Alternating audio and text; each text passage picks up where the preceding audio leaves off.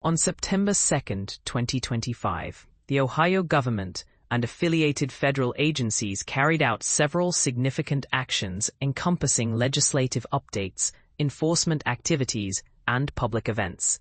1. Legislative activity. Ohio's Mini-WAN Act enacted, effective September 29, 2025. Ohio's Mini-WAN Act, Section 4113-31 of Ohio Revised Code, requires employers with 100 or more employees at a single site to provide advance notice if 50 or more employees are laid off within a 30-day period, expanding on Federal WAN Act requirements by omitting the federal 33% threshold for mass layoffs. This broader application aims to protect more Ohio workers by mandating earlier communication from employers about plant closings and mass layoffs.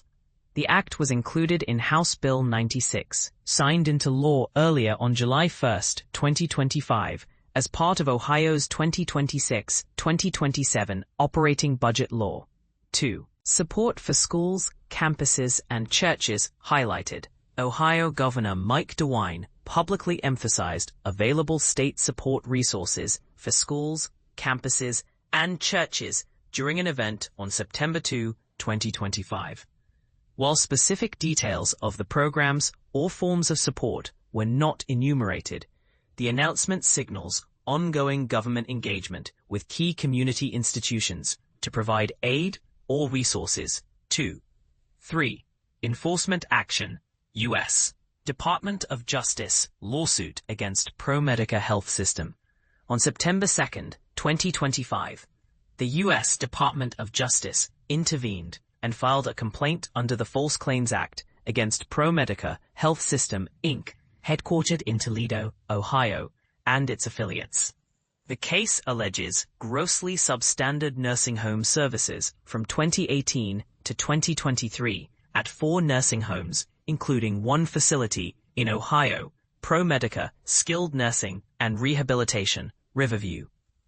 The enforcement involves both criminal and civil actions, indicating serious legal challenges against ProMedica for deficient healthcare services in Ohio and other states. 4.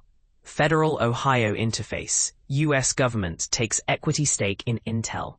Although officially announced previously, Ohio Republican U.S. senators praised a deal whereby the U.S. government converted federal CHIPS Act grants into a 10% equity stake in Intel, which is building a major facility in central Ohio. The government does not have board representation, but retains a financial interest valued as $11.1 billion. The senators framed this as a smarter alternative to direct handouts, promising potential returns for taxpayers. 4. 5. Ongoing federal research funding updates. Although not dated September 2nd, the Ohio State University and associated offices continue monitoring federal actions affecting federally funded research, including compliance with new NIH grant policies and training updates. This ongoing activity reflects the state's engagement in federal regulatory matters impacting scientific and academic programs.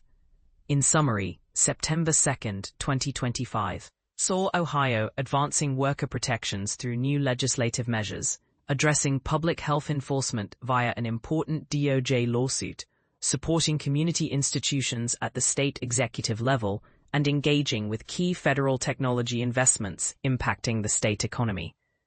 These actions involved state and federal agencies, including Ohio Governor's Office, U.S. Department of Justice, Ohio Legislature, and U.S.